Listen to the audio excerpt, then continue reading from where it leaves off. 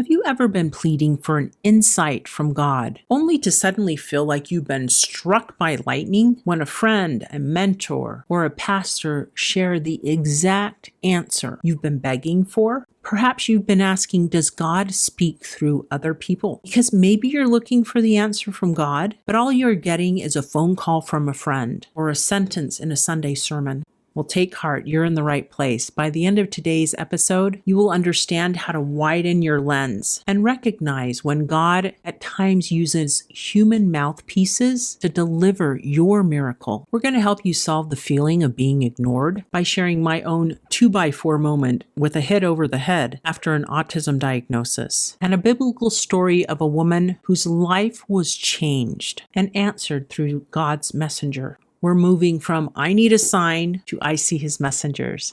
Stay tuned. Ordinary women, extraordinary faith. When God calls, we say yes.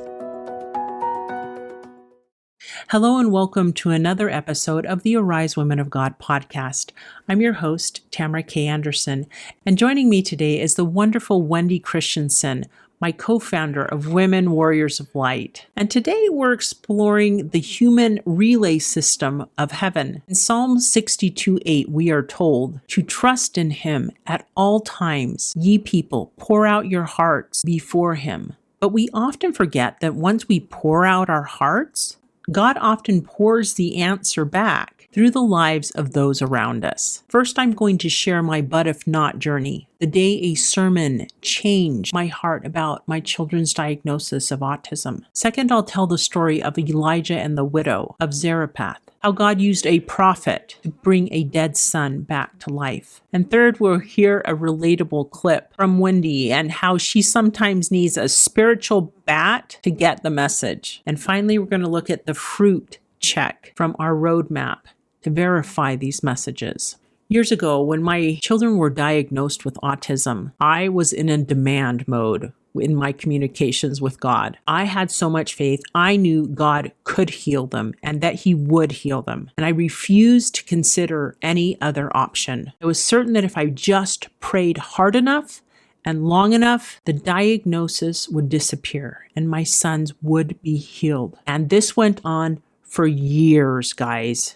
Years and years, I was in denial.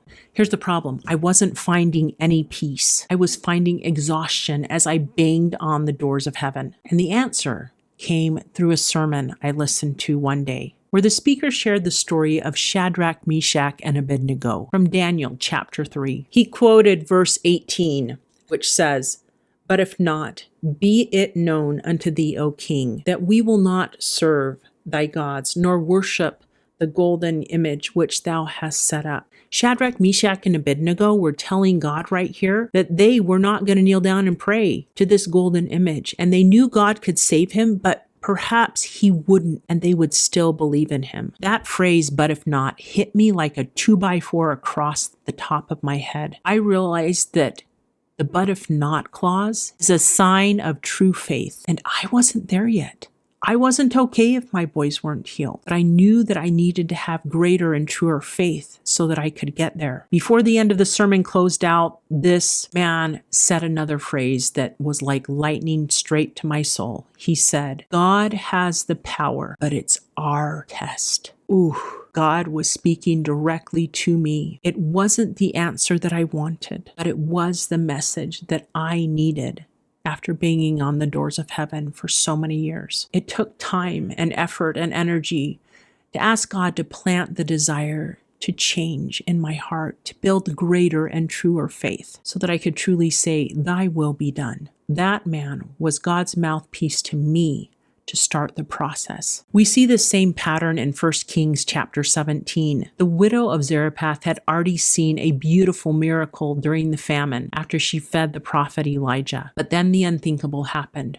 Her son died. And in her grief, she turned to the prophet Elijah almost accusingly and said, "What have I to do with thee, O thou man of God?" She was in the dark. She felt abandoned. But God didn't send a voice from the heavens or clouds to the window. He sent the power of God through his prophet Elijah. Elijah took the boy and laid him on his own bed and cried out to the Lord. The scriptures teach us that God hearkened unto the voice of Elijah, and the soul of the child came into him again. God chose to use a human prophet to deliver the most profound answer to a mother's prayer. Sometimes your Elijah may be a mentor, a pastor, or a friend who has the faith to pray the prayer you're currently too broken to even whisper. I don't know about you, but sometimes I have felt like that widow, caught up in the messy of my life, and I've needed a human voice to ground me. Wendi has a great take on why God has to use people to beat us over the head sometimes. And it's okay. We're all learning and growing. I mean, we're his children. He knows that we're in a learning process. I wouldn't get mad at my kids if, how many times do I give them directions or say things and they don't hear me or they don't listen or they get lost in the instruction, right? I have to be patient as a mom with them. And God is he's perfect. So he gets it. He understands that, hey, she might not get this, or wow, I've really been beating her over the head with a bat and she's still not getting it. Like he's not like that. He's like, okay, it's taking her some time to learn to recognize me and to hear my voice. And that's okay. I'll keep giving her information. I'll keep letting her know. I'll keep tapping and knowing that that's not going to ever quit. He's not going to walk out and go, "Oh, I'm done. She never hears me. I'm walking away." Right? It's like she just is not cluing in. He's never going to be like that. And I think if you can remember, he really is an all-loving God that will constantly be giving you information, constantly being like, I'm here, I'm prompting you. Hey, can you hear me? I'm here, I'm listening, and I'm also giving you direction. If we could just remember that, I think that would help, and being patient with ourselves and hearing him, because sometimes it is easier and other days it's hard. It doesn't have to be perfect. God meets you in the messy, and he loves you in the messy, and you can hear him even in the messy. If you just open up to him, you will start seeing how he talks to you. So, my friends, God is still using his children to rescue other children. If a friend says something that seems to hit you on the top of the head, or a sermon gives you a but if not moment, don't dismiss it as a coincidence. That is step one of our divine roadmap to revelation. Starting where you are. And if you want to start recognizing the messengers in your own life and tuning into the knowing, we want to give you this downloadable PDF for free. You can also listen to the audio meditation by Wendi that helps you prepare to receive light and revelation from God, casting out darkness, bringing in light. It's a powerful meditation, and I always feel so much better after doing it and feel like I can hear God more clearly. You can download the Roadmap to Revelation and this audio meditation free at the link below. But there's one other thing I want to point out, and it's found in step 5 of this Roadmap to Revelation, which is safety checks to filter what you're getting. The first thing you need to ask when you feel an answer is coming from someone, you need to ask, does this answer align with the Word of God?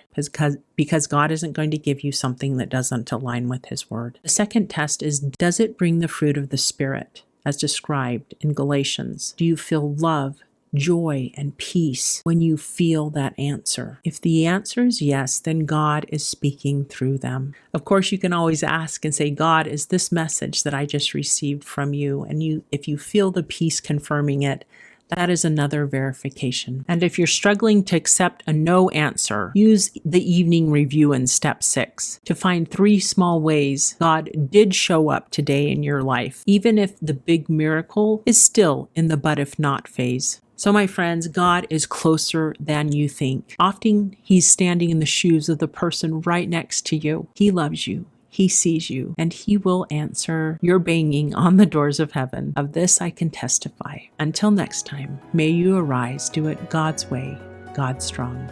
If today's episode helped you feel a little closer to God, please like and subscribe.